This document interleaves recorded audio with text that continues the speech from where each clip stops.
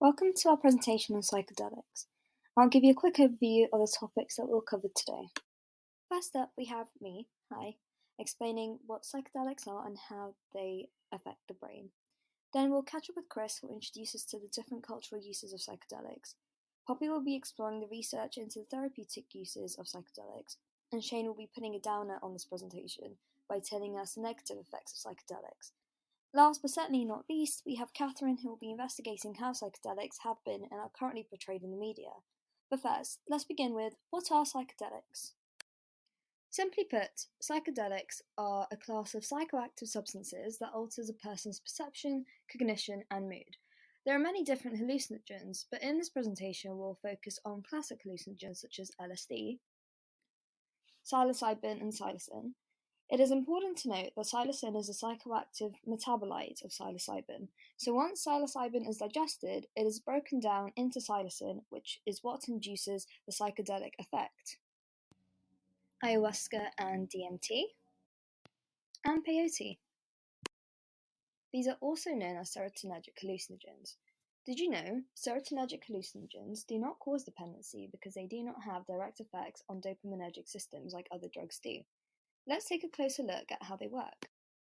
Poppy has taken some LSD. Let's have a closer look inside her brain.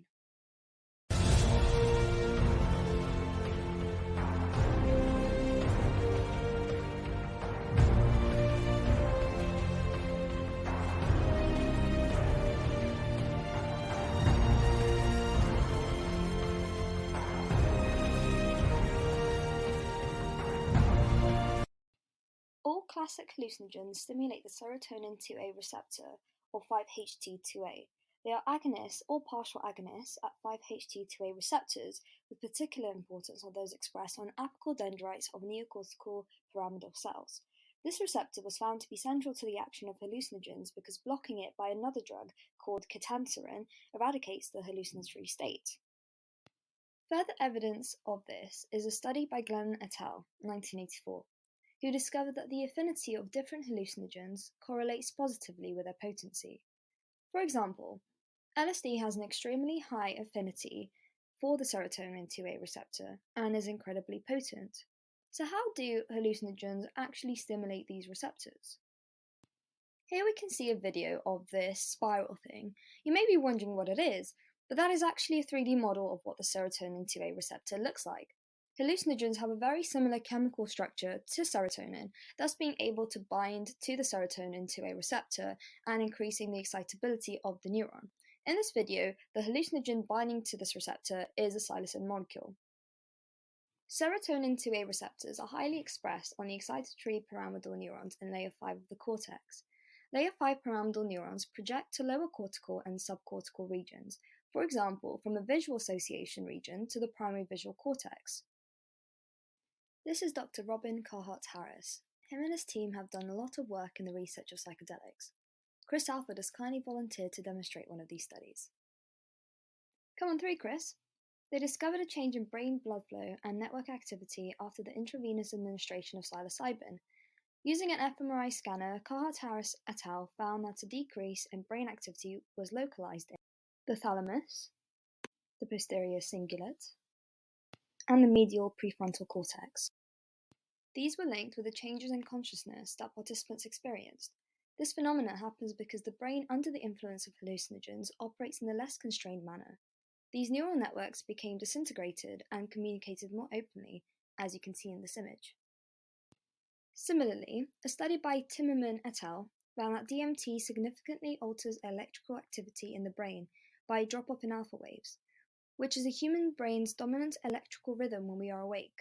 They also found a short-lived increase in theta waves, which are typically associated with dreaming. In the next clip, see if you can spot the alpha waves. Here's a tip: they're blue.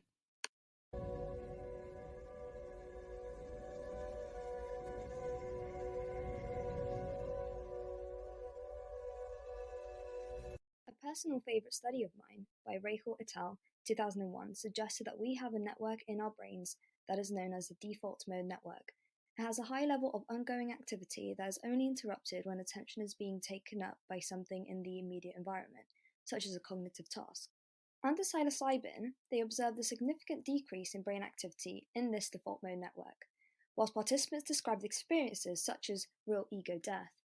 Participants who showed the most drastic collapse in rhythmic activity in their posterior cingulate cortex reported the most extreme ego disintegration. See A, which illustrates the general decreased cerebral blood flow post-psilocybin. B shows the ventromedial prefrontal cortex resting state at baseline, at the top in orange, and decreases after psilocybin at the bottom in blue. C is the dorsolateral prefrontal cortex resting state at the top in orange and decreases after psilocybin administration at the bottom. D shows hippocampal resting state at the top and the decreases post-psilocybin at the bottom.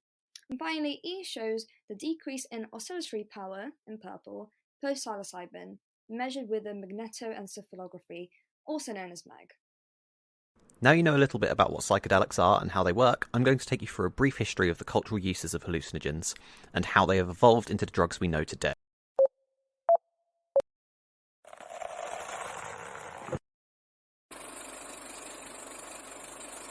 One of the earliest recorded usage of substances to cause hallucinations can be dated back to roughly 1500 BC.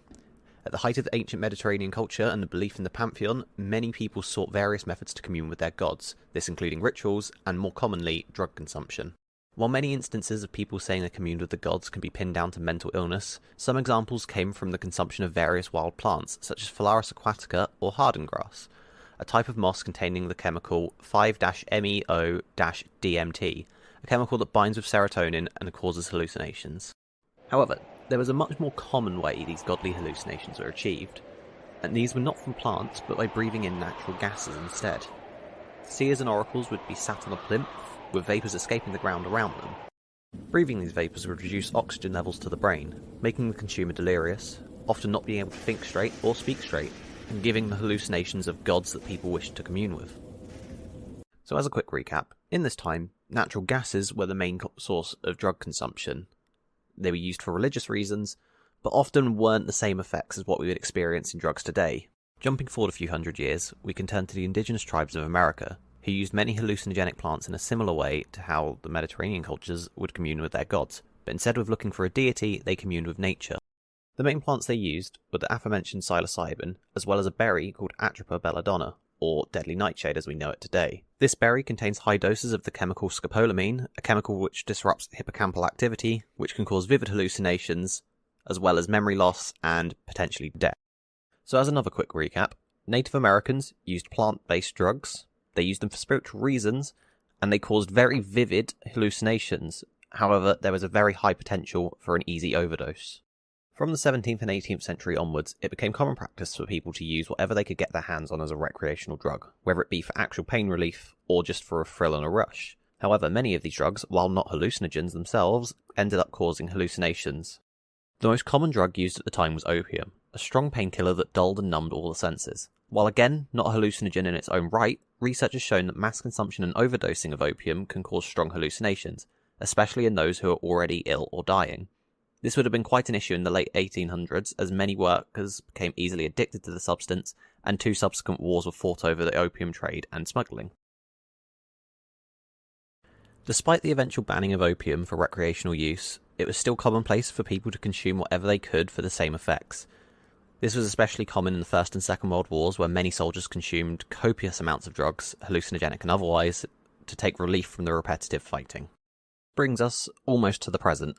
After World War II, there was a major shift in the public views on war, presenting a culture that wanted peace. Alongside the global adoption of LSD for medical usage, came a growing number of people that used the drug, and others like it, for recreational use. This, alongside a growing disdain for governmental war profiteering in America and the UK, led to harsh criticisms of those in power. And to avoid these issues from getting out of hand, both governments started campaigns against hippie movements, criticising their lethargic attitudes and blaming the use of drugs for the states that the countries are in, swiftly banning the recreational use of drugs, leaving them solely to the use of medical and research practices. And this leads us to where we are today. Despite the common cultural usages of hallucinogens all through history, these drugs remain mostly illegal, demonising them and those that use them. Following on from Chris, there are multiple reasons why an individual may use hallucinogens, including as a form of drug therapy. Although there is currently no standardized method in regards to taking hallucinogens within a clinical setting, most practices start with administering a low to moderate amount of a psychedelic drug to the patient. This reduces the chance of negative side effects and outcomes associated with a higher dosage. Following the administration, a professional will supervise the patient during the psychedelic experience to ensure their safety. This means it is important for the patient to be comfortable within the clinical setting and with the therapist. This is then repeated with 1 to 2 weeks between each session. This section of the presentation will focus on a couple different types of therapy and explore the effects psychedelics have on mental disorders such as anxiety and depression. The first type of therapy that I'm going to talk about is psycholytic therapy. Psycholytic means soul dissolving, which refers to the idea that therapy can dissolve conflict within the mind. As mentioned previously, this type of therapy involves administering low to medium doses of a psychedelic drug. For this specific type of therapy, the drugs are also repeated at a 1 to 2 week interval. Clients who tend to partake in psycholytic therapy often have neurotic or psychosomatic disorders. The therapist is also present during the peak of experience to offer support for the client. This is different from the next type of therapy that I'm going to talk about, known as psychedelic therapy. This type of therapy involves a high dose of a psychedelic drug. There is a limited interaction with the therapist during the session where the drug is administered. However, there are psychotherapy sessions before and after in which the role of the therapist is crucial. Most psychedelic therapies focus on psilocybin and are used in combination with other therapies such as CBT or MET. The most common disorders drug therapies are used to treat include alcoholism and depression and anxiety. Research by Bogenschutz et al. 2015 found that psilocybin-assisted therapy was associated with decreased drinking, reduced alcohol cravings, and increased abstinence. This provides evidence for the idea that when used in combination with another therapy, such as CBT, psilocybin has a significant effect on treating alcoholism. This was further explored with evidence by Smart and Storm 1964, who found that there was a 50% success rate after a single high-dose session. Additionally, research by Garcia Ramu et al. 2019 found that 10% of participants used psychedelics intentionally to reduce alcohol cravings, and 25% stated that the hallucinogenic experience played a role in changing alcohol abuse. Although this does not mention therapy, it does provide evidence for the fact that hallucinogens can provide therapeutic uses even when not used in a clinical setting. Moving on from alcoholism, hallucinogens also have therapeutic uses for treating depression and anxiety. A study by Griffiths et al. In 2016 found that psilocybin-assisted therapy was associated with an increased quality of life, improved optimism, and reduced anxiety of mortality in patients undergoing cancer treatment. Additionally, 80% of these participants showed improvements 6 months later. Although these studies provide evidence for therapeutic uses of hallucinogens, the negative effects are not mentioned. Shane will now talk about the negative effects of hallucinogens. As promised, I'm going to be putting a downer on things, especially if you were thinking that hallucinogens sounded fun, by explaining the negative effects of hallucinogenic drugs. As mentioned earlier, classical hallucinogens are serotonergic, meaning they affect serotonin. As we know, serotonin regulates body functions such as mood, sleep, hunger, sexual behavior, and sensory perception. While certain side effects, such as intensified feelings,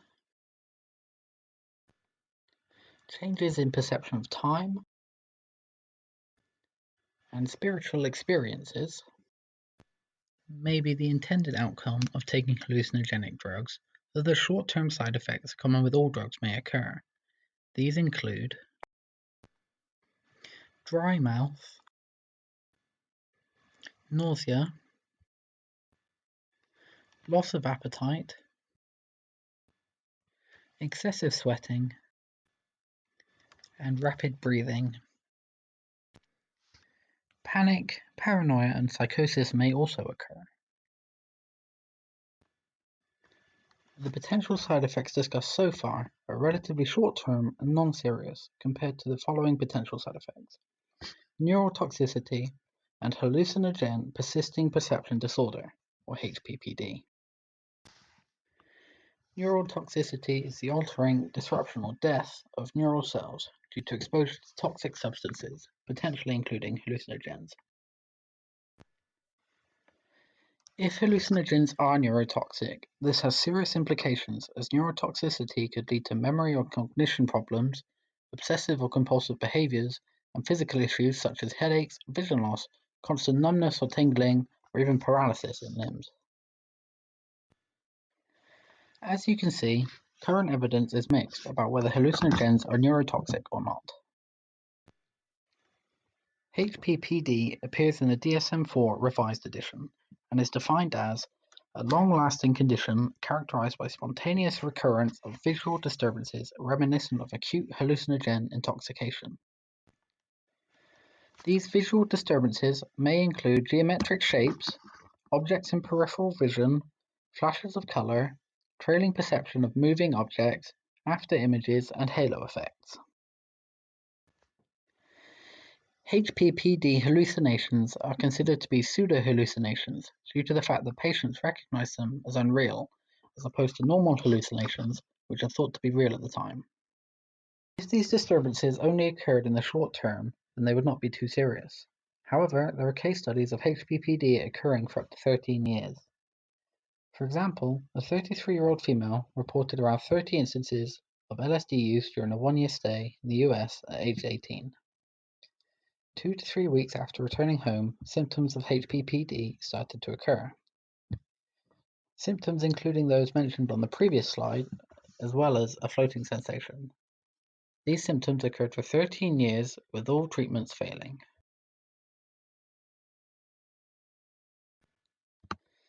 So as you can see, hallucinogenic drugs have a variety of potential short-term and long-term consequences. In this section, I will discuss the influence of psychedelics on different aspects of the media, as well as how the media portrays the use of psychedelics. The specific aspects of the media that I will talk about are film, music, and the news. In regard to film, the first known representation of psychedelics was in the 1959 film The Tingler, that portrays the use of LSD. In the 1960s and 70s, inclusion of LSD and other psychedelics started to become popular in film. For example, the 1967 film The Trip portrays the use of LSD. The same drug is used in the 1969 film Easy Rider. The animated film Fantastic Planet does not show specific psychedelic drug use, but became immediately popular among drug users due to the psychedelic visuals. The use of psychedelics was warned against by the government and scientific governing bodies, and this was reflected in film representations. In films such as Altered States and The Doors, the negative consequences of using substances that can cause hallucinations were exaggerated, and warnings were often given within the films. The effects of such hallucinogens were presented in an extreme way, to seemingly prevent the audience from wanting to take them. Fear and Loathing in Las Vegas, which portrays the use of mescaline and LSD, was deemed one of the most accurate representations of psychedelic drug use by drug users. More recently, in the 2000s and 2010s, psychedelics were beginning to be represented as less dangerous and more fun. In addition, the use of electronic dance music was prevalent during this time, as psychedelics were often used in the club scene. Films that use this type of music include Groove and Party Monster. At this time, psychedelics were also starting to be portrayed in a more hilarious manner. This is evident in films such as The Pick of Destiny, that showed the use of mushrooms, and 21 Jump Street.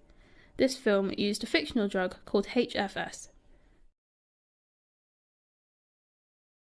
The portrayal of psychedelics in film has clearly changed over time.